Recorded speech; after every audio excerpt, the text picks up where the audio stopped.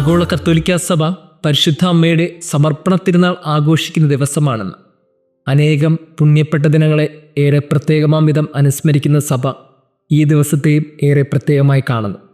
ഈ ദിവസത്തിൻ്റെ ഏറ്റവും അന്തസത്ത എന്ന് പറയുന്നത് ജോവാക്കിം അന്ന ദമ്പതികൾ അവരുടെ മകളെ ദൈവത്തിന് സമർപ്പിച്ചപ്പോൾ ദേവാലയം അവളുടെ ഭവനമായി മാറി, അതിനേക്കാളുപരി അവൾ ദൈവത്തിൻ്റെ ആലയമായി മാറി.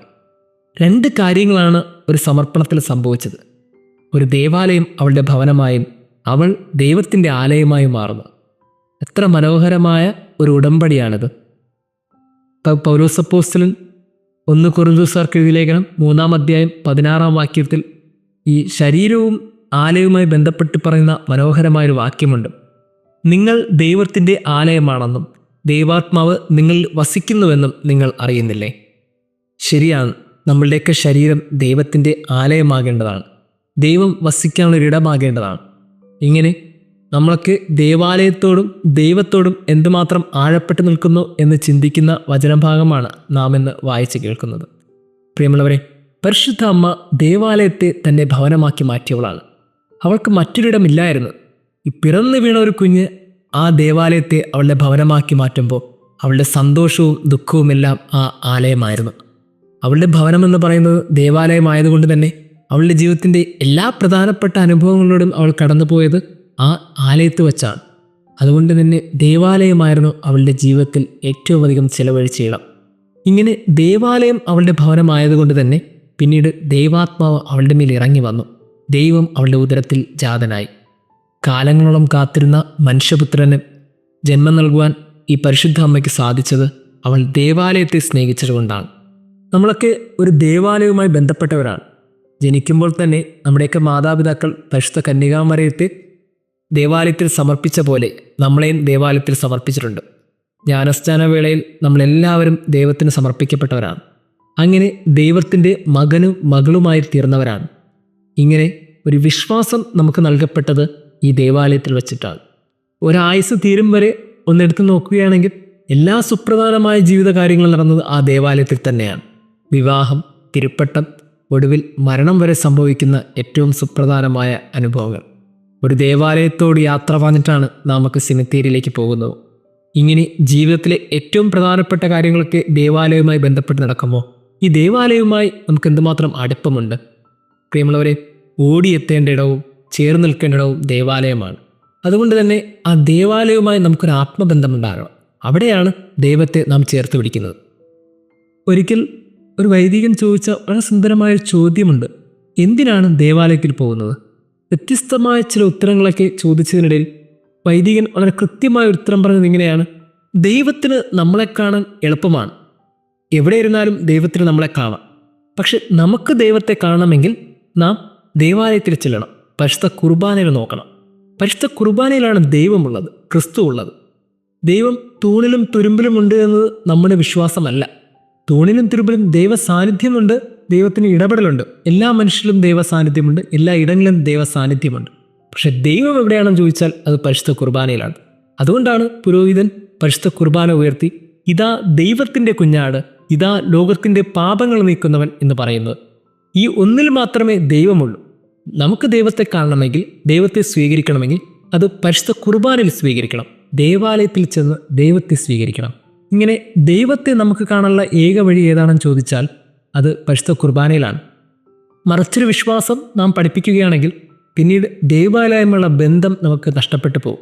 എല്ലായിടത്തും ദൈവമുണ്ടെന്ന് പറഞ്ഞാൽ പിന്നീട് എവിടെയെങ്കിലുമൊക്കെ ഇരുന്ന് ദൈവത്തെ പ്രാർത്ഥിച്ചാൽ പോരെ? അങ്ങനെയല്ല. ദൈവ സാന്നിധ്യം എല്ലായിടത്തുമുണ്ട്, പക്ഷെ ദൈവമുള്ളത് ദേവാലയത്തിലെ പരിശുദ്ധ കുർബാനയിലാണ്. പ്രിയമുള്ളവരെ, അതുകൊണ്ട് തന്നെ ഈ ദേവാലയവുമായി നമുക്കൊരു ആത്മബന്ധമുണ്ട്. ഒരായുസ് മുഴുവൻ ദേവാലയവുമായി ബന്ധപ്പെട്ട് ജീവിക്കാൻ വിളിക്കപ്പെട്ടവരാണ് നാം ഓരോരുത്തരും. അതുകൊണ്ട് തന്നെ പരിശുദ്ധ കന്യകാമറിയം എങ്ങനെയാണോ അവൾ ദേവാലയത്തെ ചുറ്റിപ്പറ്റി ജീവിച്ചത്, അതേപോലൊരു ജീവിതം നമുക്കും ഉണ്ടാകണം. എല്ലാ പ്രാവശ്യവും കൂടുന്ന ദിവ്യബലിയും, എല്ലായ്പ്പോഴും സ്വീകരിക്കുന്ന കൂദാശകളും, എല്ലായ്പ്പോഴും ദേവാലയവുമായി ബന്ധപ്പെട്ട് ചെയ്യുന്ന ഓരോ പ്രവർത്തനങ്ങളുമൊക്കെ നമ്മളെ ദേവാലയവുമായി ആഴപ്പെടുത്തും.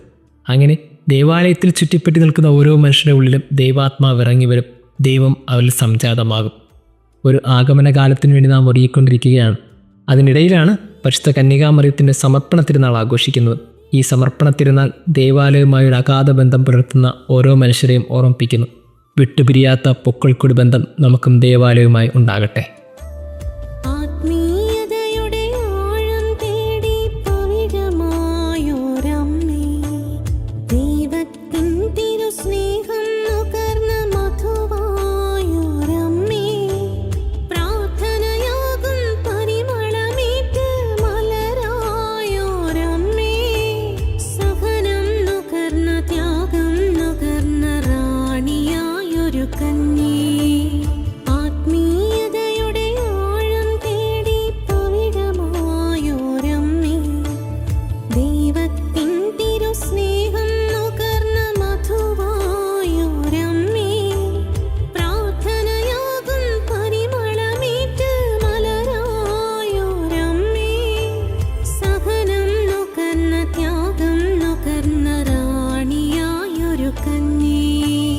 നന്മ നിറഞ്ഞൊരു